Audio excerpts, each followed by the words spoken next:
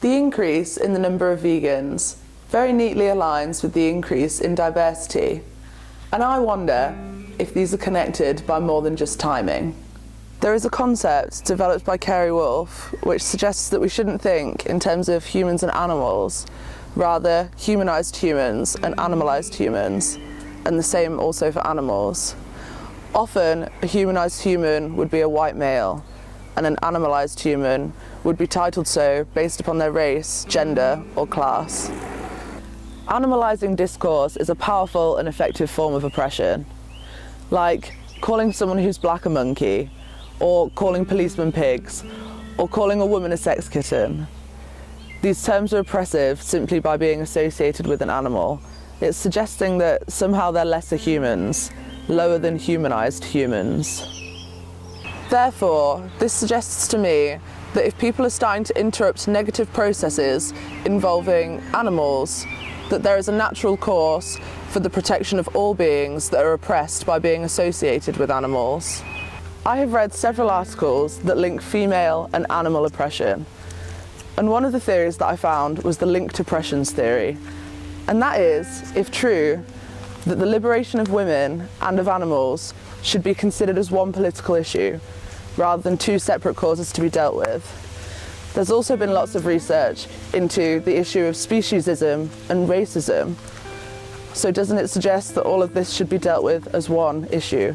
And perhaps if this concept was observed, we wouldn't have advertising with mixed messages, like the campaigns done by PETA. I think PETA are a great organisation.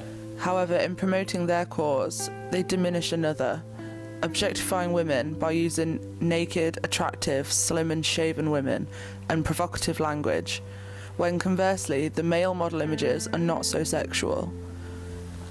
I get it, sex sells. It makes people stop and look. But it shouldn't be to the detriment of another oppressed group. That doesn't make any sense for progress. What I appreciate about the linked oppressions theory is that as veganism grows, so should equality, and therefore diversity. If you're in a position of power or a position of privilege, it is your responsibility to stand up for those who are not, to interrupt biased thinking. Repeated acts of certain behaviour can make it seem like a behaviour is natural, but this only makes it difficult to deconstruct because it's difficult to see. Difficult, but not impossible. And I believe that this impacts on diversity, or the lack of it, across many different industries. Senior management buy-in is a big barrier to diversity and inclusion. Maybe this is partly because some of these behaviours have been practised and repeated many times over many years. It is of vital importance that management commits to deconstructing their thinking and embracing diversity. And if they won't do it voluntarily, eventually, through the change of the behaviour of others, the social pressure will make them change, even if this does take a little bit longer. Diversity is essential to be able to communicate with society's ever-changing demographics, today and in the future. So, it makes sense for businesses to embrace it, although, of course, people have to be available at the right time and in the right place. But this is where transparent recruitment processes come in. Perhaps flexible working hours, or working from home, which isn't seen much outside of senior job roles. Veganism is always a question of now, as in knowing what you know now, what are you going to do?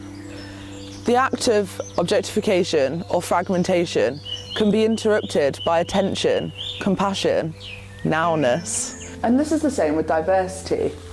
If we know that we get the greatest success from working in groups, then why would we work any other way?